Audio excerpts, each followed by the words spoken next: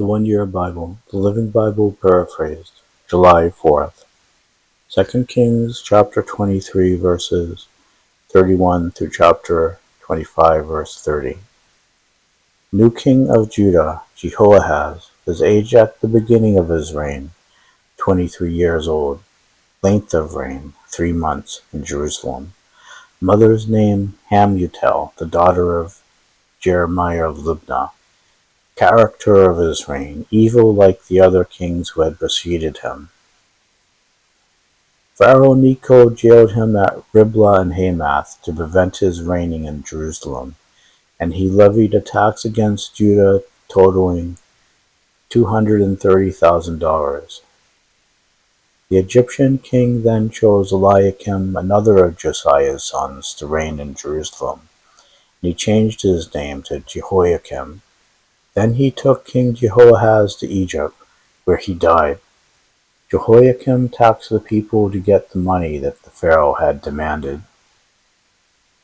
New king of Judah, Jehoiakim, his age at the beginning of his reign, 25 years old.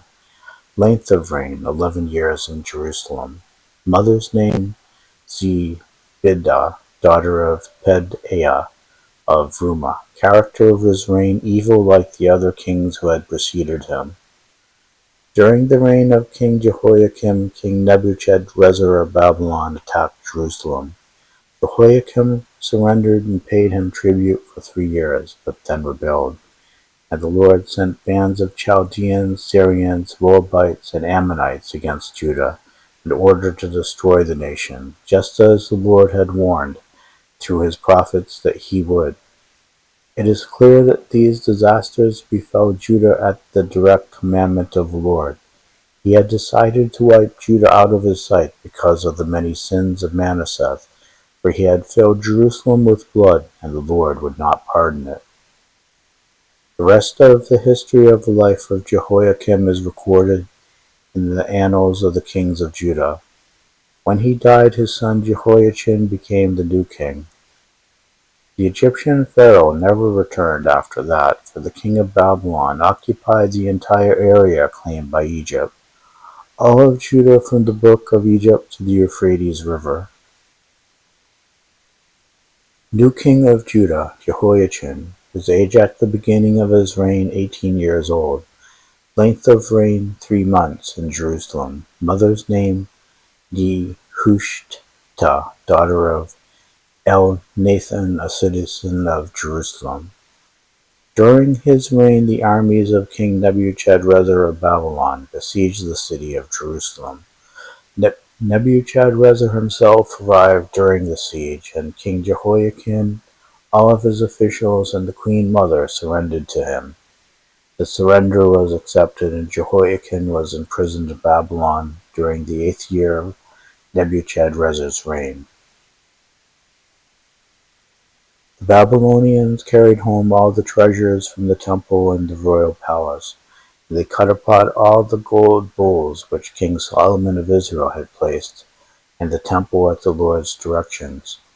King Nebuchadrezzar took 10,000 captives from Jerusalem, including all the princes and the best of the soldiers, craftsmen, and smiths. So only the poorest and least skilled people were left in the land. Nebuchadrezzar took King Jehoiachin, his wives and officials, and the queen mother to Babylon. He also took 7,000 of the best troops and 1,000 craftsmen and smiths, all of whom were strong and fit for war. Then the king of Babylon appointed King Jehoiakim's great uncle Mattaniah to be the next king, and he changed his name to Zedekiah. New king of Judah, Zedekiah, his age at the beginning of his reign, 21 years old. Length of reign, 11 years in Jerusalem. Mother's name, Hamutal, daughter of Jeremiah of Libnah. Character of his reign, evil like that of Jehoiakim. So the Lord finally in his anger destroyed the people of Jerusalem and Judah. But now King Zedekiah rebelled against the king of Babylon.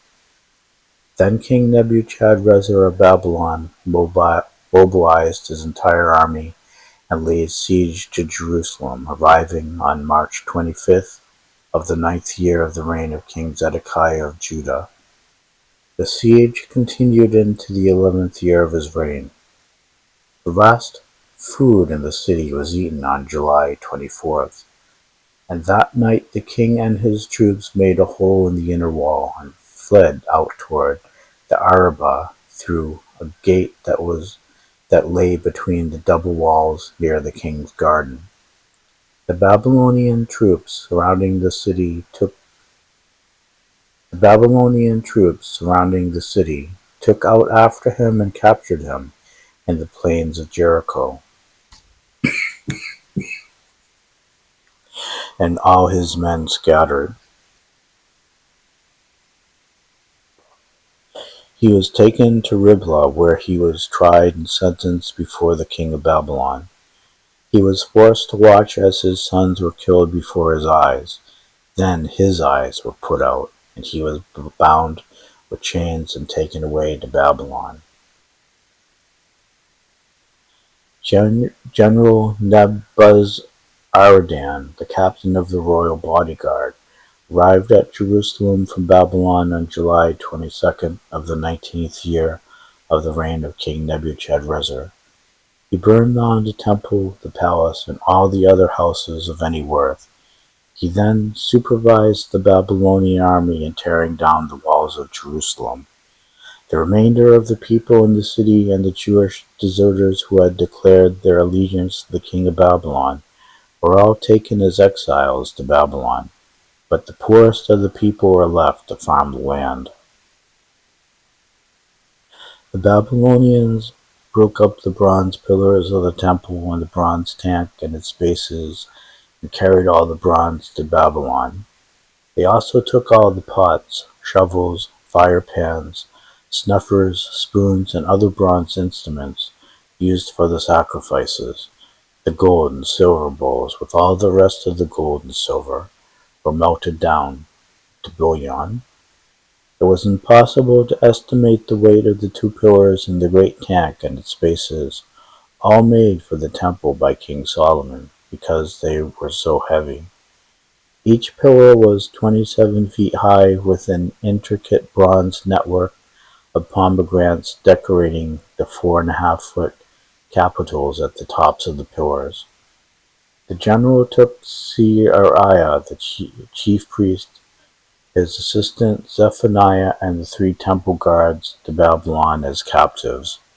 A commander of the army of Judah, the chief recruiting officer, 5 of the king's counselors, and 60 farmers, all of whom were discovered hiding in the city, were taken by General Nebuzaradan, the king of Babylon, at Riblah, where they were put to the sword and died. So Judah was exiled from its land. Then King Nebuchadrezzar appointed Gedaliah the son of Ahikam, the grandson of Shaphan, as governor over the people left in Judah. When the Israeli guerrilla forces learned that the king of Babylon had appointed Gedaliah as governor, some of these underground leaders and their men joined him at Mizpah. These included Ishmael the son of Nethaniah, Johanan the son of Kareah, Seraiah the son of Tanhumeth the Netophathite, and Jaaz Ananiah son of Maachathite, and their men. Gedaliah vowed that if they would give themselves up and submit to the Babylonians, they would be allowed to live in the land and would not be exiled. But 7 months later, Ishmael, who was a member of the royal line, went to Mizpah with 10 men and killed Gedaliah and his court, both the Jews and the Babylonians. Then all the men of Judah and the guerrilla leaders fled in panic to Egypt, for they were afraid of what the Babylonians would do to them. King Jehoiachin was released from prison on the 27th day of the last month of the 37th year of his captivity. This occurred during the first year of the reign of King Evil Merodach of Babylon. He treated Jehoiakim kindly and gave him preferential treatment over all the other kings who were being held as prisoners in Babylon. Jehoiachin was given civilian clothing to replace his prison garb, and for as long as he lived, he ate regularly at the king's table. The king also gave him a daily cash allowance for the rest of his life. Acts chapter 22 verse 17 through chapter 23 verse 10. One day after my return to Jerusalem, while I was praying in the temple, I fell into a trance and saw a vision of God, saying to me, "Hurry, leave Jerusalem, for the people here won't believe you when you give them my message." "But Lord," I argued, "they certainly know that I imprisoned and beat those in every synagogue who believed on you, and when your witness Stephen was killed, I was standing there agreeing, keeping the coats they laid aside as they stoned him." But God said to me, "Leave Jerusalem, for I will send you far away to the Gentiles." The crowd listened until Paul came to that word. Then with one voice they shouted, "Away with such a fellow! Kill him! He isn't fit to live!" They yelled and threw their coats in the air and tossed up handfuls of dust. So the commander brought him inside and ordered him lashed with whips to make him confess his crime. He wanted to find out why the crowd had become so furious. As they tied Paul down to lash him, Paul said to an officer standing there, "Is it legal for you to whip a Roman citizen who hasn't even been tried?" The officer went to the commander and asked, "What are you doing? This man is a Roman citizen." So the commander went over and asked Paul, "Tell me, are you a Roman citizen?" "Yes, certainly I am." "I am too," the commander muttered, "and it cost me plenty." "But I am a citizen by birth," Paul said. The soldiers standing ready to lash him quickly disappeared when they heard Paul was a Roman citizen, and the commander was frightened because he had ordered him to be bound and whipped. The next day the commander freed him from his chains and ordered the chief priest into session with the Jewish council. He had Paul brought in before them to try to find out what the trouble was all about. Gazing intently at the council, Paul began, "Brothers, I have always lived before God in all good conscience." Instantly Ananias the high priest commanded those close to Paul to slap him on the mouth. Paul said to him, God shall slap you, you whited pigeon. God shall slap you, you whitewashed pigpen. What kind of judge are you to break the law yourself by ordering me struck like that?" Those standing near Paul said to him, "Is that the way to talk to God's high priest?" "I didn't realize he was the high priest, brothers," Paul replied, "for the scriptures say, 'Never speak evil of any of your rulers.'" Then Paul thought of something. Part of the council were Sadducees and part were Pharisees. So he shouted, "Brothers, I am a Pharisee, as were all my ancestors, and I am being tried here today because I believe in the resurrection of the dead." This divided the council right down the middle, the Pharisees against the Sadducees, for the Sadducees say there is no resurrection, or angels, or even eternal spirit within us, but the Pharisees believe in all of these. So a great clamor arose. Some of the Jewish leaders jumped up to argue that Paul was all right. "You see nothing wrong with him," they shouted. "Perhaps a spirit or angel spoke to him there on the Damascus road." The shouting grew louder and louder, and the men were tugging at Paul from both sides, pulling him this way and that. Finally, the commander, fearing they would tear him apart, ordered his soldiers to take him away from them by forcing and bringing him back to the armory. Psalm 2 verses 1 through 12. What fools the nations are to rage against the Lord! How strange that men should try to outwit God! For a summit conference of the nations has been called to plot against the Lord and his Messiah, Christ the King. Come, let us break his chains, they say, and free ourselves from all this slavery to God.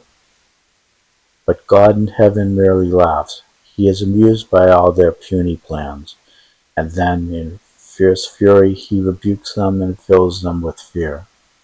For the Lord declares, "This is the king of my choice, and I have enthroned him in Jerusalem, my holy city." His chosen one replies, "I will reveal the everlasting purposes of God, for the Lord has said to me, 'You are my son. This is your coronation day. Today I am giving you your glory. Only ask, and I will give you all the nations of the world. Rule them with an iron rod, smash them like clay pots. O kings and rulers of the earth, listen while there is time. Serve the Lord with reverent fear, rejoice with trembling. Fall down before his Son and kiss his feet, before his anger is roused and you perish. I am warning you, his wrath will soon begin. But oh, the joys of those who put their trust in him." Proverbs chapter 18, verse 13. What a shame, yes, how stupid, to decide before knowing the facts.